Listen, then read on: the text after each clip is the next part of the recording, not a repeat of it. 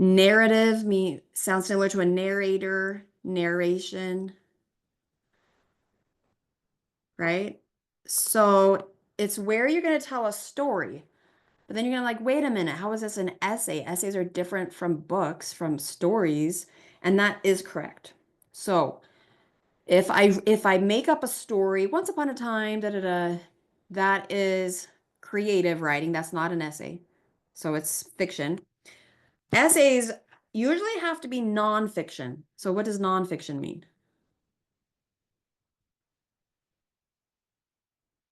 It's real. It happened in real life. It represents facts. So if you wrote an essay about the zebra, that's nonfiction, but it's just information.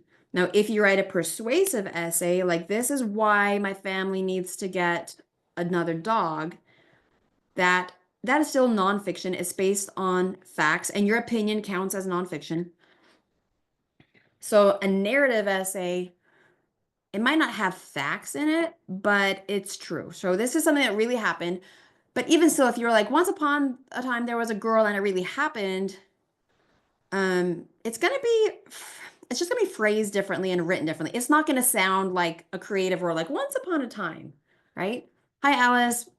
We're talking about narrative essay writing. So the way I teach narrative essay writing is it's all from your own point of view. It's all in first person. And let's talk about this real quick. So let me break up my whiteboard. Have you heard of this before? First person, second person, third person, when it comes to writing?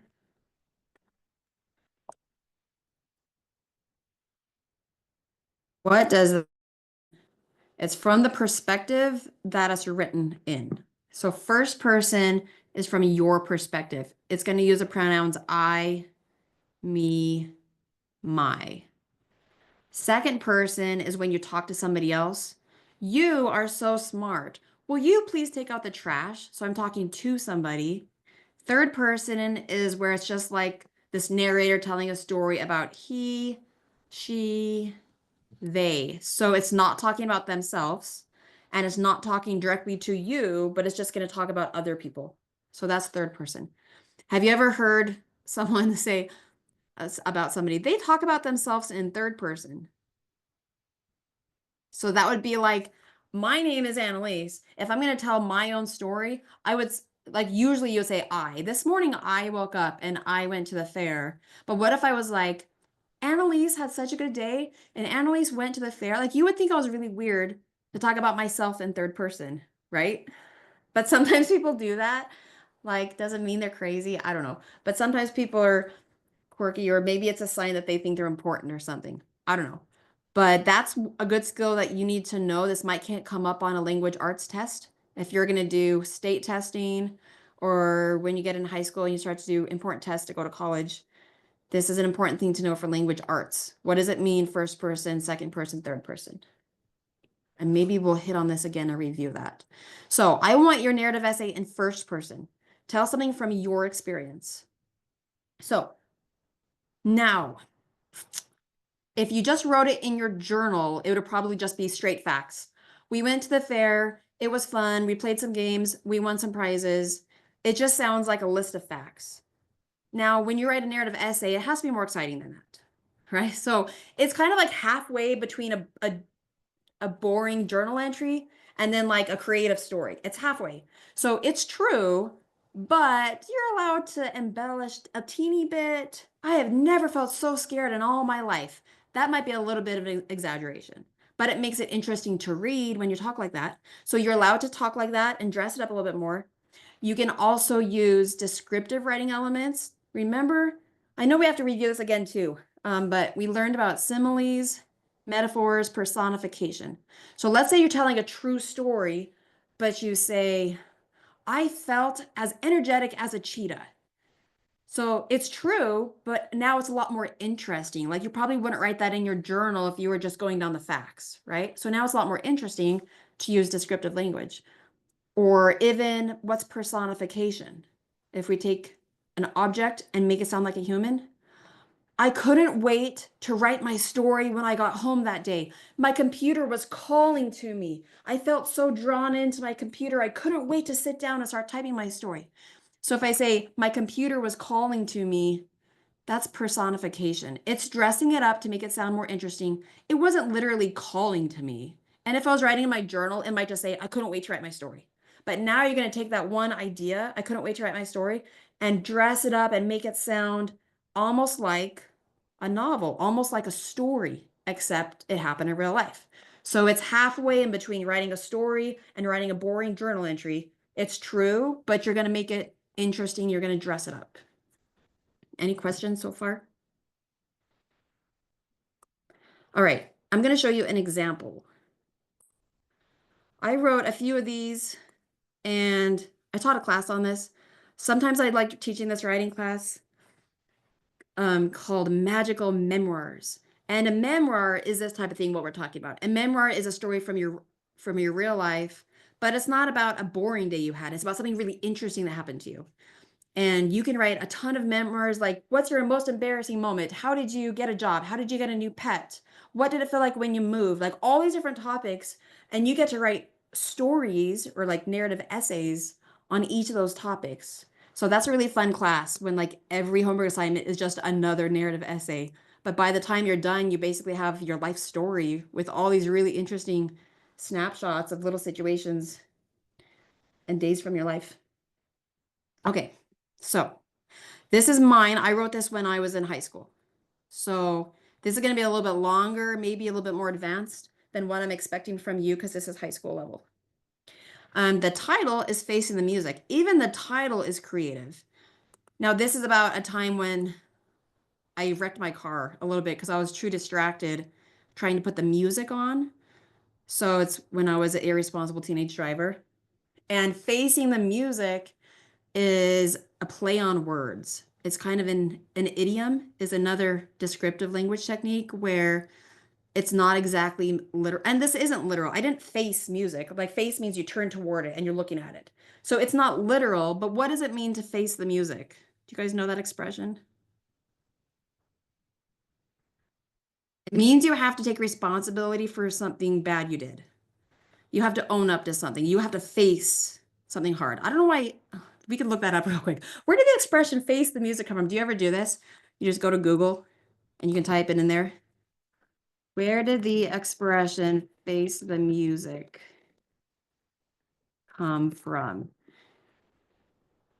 The phrase face the music is an Americanism. Performers had to face the music, the orchestra positioned in front of the stage, and overcome stage fright. So they didn't have to be like accountable for doing something wrong, but they had to face their fear. Or maybe it originated in the military where disgraced officers were dismissed to the beating. Oh, that's a good origin. So if they were dismissed, that means they did something wrong and they're getting kicked out of the military. But it's while the drums and the band music is playing. So they are owning up to something they did wrong while their music is playing. So that's interesting. I encourage you guys to do that. Like whenever you think of something funny that that we say and you're like, where did that expression come from? You can just Google it. And I didn't show you this part because of my window. See how I typed in, where did the expression face the music come from? So I encourage you to do that. Whenever you're curious about something, jump on your computer and find the answer, right? We have all the answers right here on your desk or on your tablet or your phone.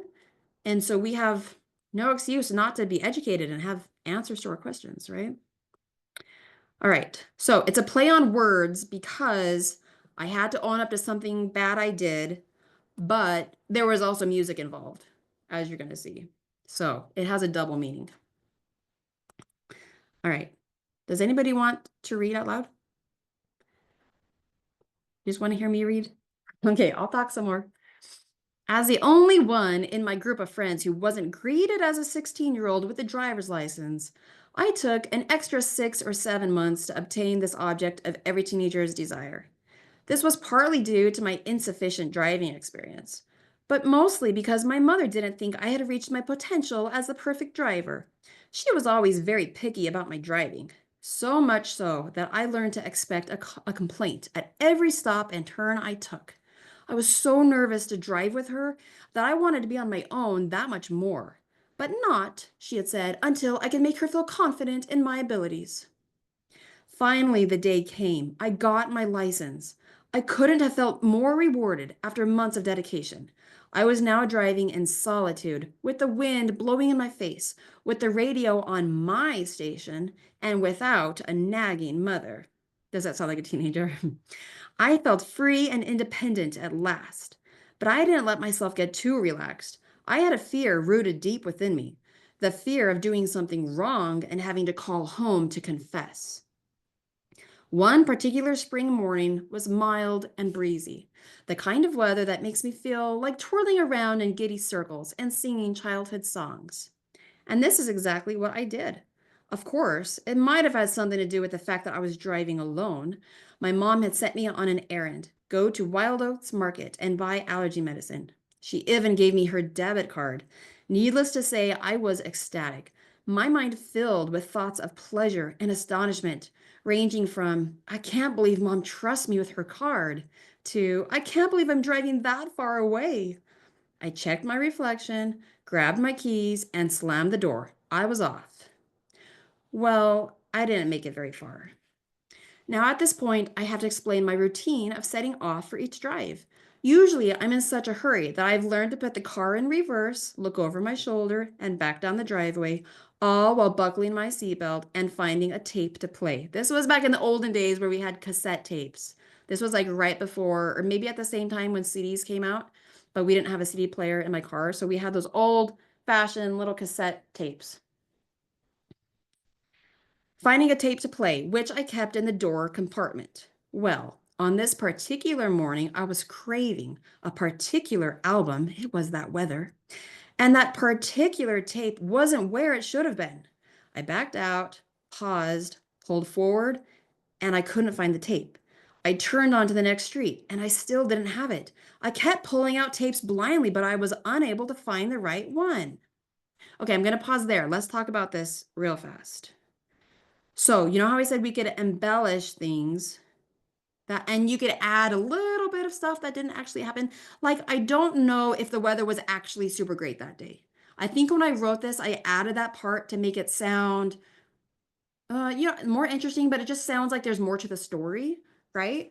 So, say you're going to tell a story that happened a year ago, but you don't remember all the details, you're allowed to fudge some things. As long as the main idea took place in real life, it counts as your memoir, but you're going to add in some details. Now, the other thing I want to say is, do we see the word particular repeating a lot? Particular, particular, particular. So usually when we write, we don't want to repeat the same word a whole lot. We want to find a synonym. But do you notice the effect this has with repeating the word? Now, I intentionally chose to repeat that word to have an effect. How does it make you feel? What effect does it have on you? Well, on this particular morning, I was craving a particular album, and that particular tape wasn't where it should have been. Do you notice an effect? Like that repetition really drives that in and really makes you start to feel maybe what the driver in the story was feeling. Like when I was driving, I was feeling frustrated. I was feeling impatient, and I was feeling very picky. I wanted a very specific, particular thing, right? So I'm helping you feel the way I felt, that I was needing something very specific. I was being picky. I was getting impatient. I was feeling a little frustrated. So your words can have the effect on the reader to help them feel the way that you were feeling. So this just takes practice, lots of writing where we're thinking, how can I better express this idea? And maybe, so by the way, I'll just talk about this real fast. Maybe you make one draft that's like the boring way, like the journal entry, like you're just trying to get it out. And then you think, okay, what details could I add? I'm allowed to fudge some things and make up a few small things. What could I add for more details? And then you go back over and you say, what could I rephrase differently? And instead of just saying, I couldn't wait to write my story, I wrote, I was drawn into my office so I could sit down on my computer. It was beckoning to me, right? So you're going to go back and revise your essay and think, how can I make this sound more exciting? Where can I put in some better synonyms and try to find some strong vocabulary words? I'm going to talk about that too. All right, let's go back. There comes a point when you just have to look at what you're doing if you expect to get anywhere. So after my fifth try or so, I looked down at what I was doing and found the tape, only to look back up and see a street light headed toward my windshield as I had the sensation of ascending a very square bump. Immediately, I jerked the wheel away from the sidewalk and rolled back into the street. I was in shock, but I recognized the first emotion as one of utter embarrassment. I thought, did anyone see that? Quickly, I looked around and let out a sigh of relief when I saw the lonesome road stretch out behind me. Whew, that was close, I thought. I am lucky. But alas, I had spoken too soon. Okay, let's talk about that. Do you see how I gave a little foreshadowing, a little hint that there's going to be a problem? And I did that twice now. Well, I didn't make it very far. That was your first hint. And then I said, how I'm lucky? Well, no, I spoken too soon. Now, do you see the effect of making those their own paragraph? Why are they standing alone in their own paragraph? What effect does that have? Can you see how it makes it more dramatic? It brings attention to that sentence. It's like, dun, dun, dun. There's that sentence. And it's very dramatic. So it pulls you in and you're like, what's going to happen next? I turned around and continued my drive, but found the car being pulled to the right. Oh no, the alignment is messed up, I thought. Well, we can fix it. A few streets further down and exhaling now, I had the notion that I should pull over and check for damages just in case. Besides, it wouldn't kill me to take a breather. So I turned the corner and stopped the car. Pulling myself out to inspect the damages, I said a silent prayer that Mom wouldn't find out about this small incident. As I rounded the hood and cast my eyes down, I knew that wasn't going to be a possibility. My eyes grew wide at the sight. The front right tire had burst and was now practically a mere lump clinging to the hubcap. My jaw dropped. My heart rate quickened. Now, did my jaw literally drop? Probably not. But it's a way to tell a story, right? So we're allowed to use those expressions and embellish our story. And I took a few quick breaths as I entered the second round of shock. I would have thought something, but what? What were my choices? My feet made the decision for me and carried me in the direction back toward my house, my head hanging. As I made that solemn, tearful journey, 1,000 questions rushed through my mind. What am I going to tell my mom? How much is this going to cost me? How did I let that happen? And if only I could take that back. Recovered first from humiliation and then from shock, I was now experiencing not only regret, but also a fear and dread unknown to me previously. After all the trial runs and persuading my mom that I was a responsible driver, I now had to expose myself, admit defeat, and face the music. The remorse hung over me like a satiated storm cloud. Notice the good vocabulary words we're seeing here, huh? Satiated means it's full, like full of water. I've never wanted to go back to a moment in time as much as right then, but it was too late and I had to press on. So I wiped my tears, sucked in my gut, and prepared myself for the hardest thing I'd have to do in my 17 years. Surprisingly, and very fortunately for me, my mom was very kind and understanding, though I'm still sure she was saying to herself, and she wonders why I wouldn't let her get her license. Still, it was time for a stubborn, self-righteous teenager to realize that there's something to be learned, that mom has a method to her madness, and in the future to be more attentive to her abundant criticism. Experiences, especially those characterized by intense emotion, are often accompanied by a lesson. And that day I learned one I will never forget. The trauma of such an experience was unknown to me until that day. Still, I can only imagine what it would have been like had I been in a real accident, and I thank God I wasn't. So, okay, we also saw a lot of emotion. You see the emotion all throughout? We saw, let's see, I'm irritated with my mom because she wouldn't let me get my license sooner. I'm nervous. I'm nervous when I drive with her. I need to make her feel confident. And then how do I got my license? Rewarded. And then sometimes instead of saying a word for your feeling, you describe it. See how this sentence, I was driving in solitude. That's another vocabulary word that means alone. the wind blowing in my face, the radio on my station, and without a nagging mother. Do you feel the triumph there? And now it doesn't say I felt triumphant, but you can sense it, right? Because of this, the descriptive language. I felt free and independent, right? And then it keeps going. Almost every paragraph has some sort of feeling. And then we also have thoughts. So you can, in a narrative, a memoir type of story from your own perspective, this is really nice. You can tell what your thoughts were. And you're not going to remember your exact thoughts, but you're going to dress it up and think of something to say to make it sound really interesting, like a good story. So we have a lot of, see, every time I have a thought, it's in italics. Lots of thoughts, more feelings. Let's see. Okay, anything else you notice about this essay that you would want to point out? Do you notice any other patterns or techniques, or what makes it sound interesting besides embellishments, strong vocabulary words, emotions? We saw a little bit of personification when my feet made the decision for me. Anything else you notice? Okay, I noticed one more thing actually. Here is a technique. Now, this is high school level, so I'm just showing you to demonstrate, but I don't expect you to do all of these things perfectly. Usually, we start a sentence with the subject, right? The subject is who does the verb.